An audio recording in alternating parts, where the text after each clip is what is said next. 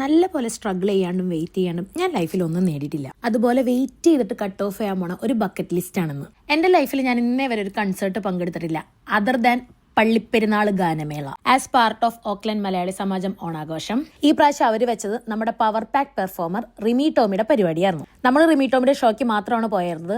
കാലത്തുണ്ടായിരുന്ന സമാജത്തിന്റെ ഓണാഘോഷത്തിൽ നമ്മൾ പങ്കെടുത്തായിരുന്നില്ല. ചെന്നപ്പോൾ തന്നെ അവർ നമുക്ക് എൻട്രി ബാൻഡ് ഒക്കെ തന്നായിരുന്നു.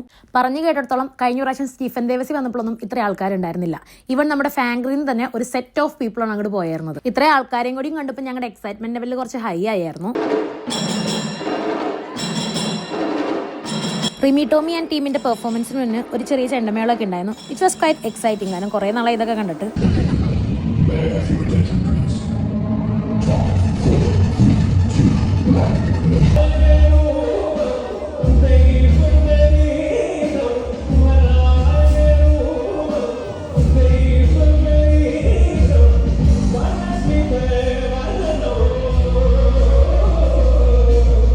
പ്രോഗ്രാം തുടങ്ങി തന്നെ വിവേകാനന്ദിന്റെ ഒരു മാസ്റ്റർ പീസ് പെർഫോമൻസും കൊണ്ടായിരുന്നു.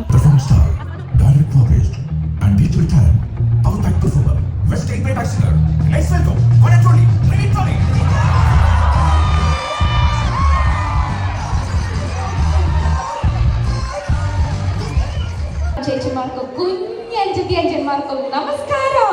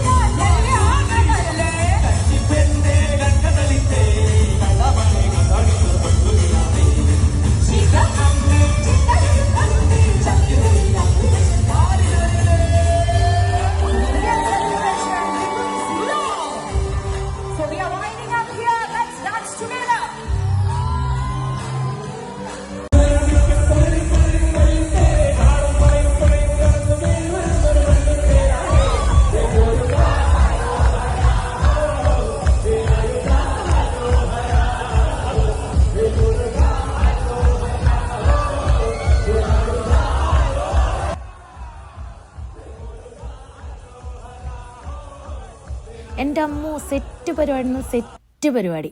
ദേ ദീ പയ്യനില്ലേ കൗശിക്, ഈ ചിടുങ്ങൊരു അമ്മിട്ടാട്ടാ.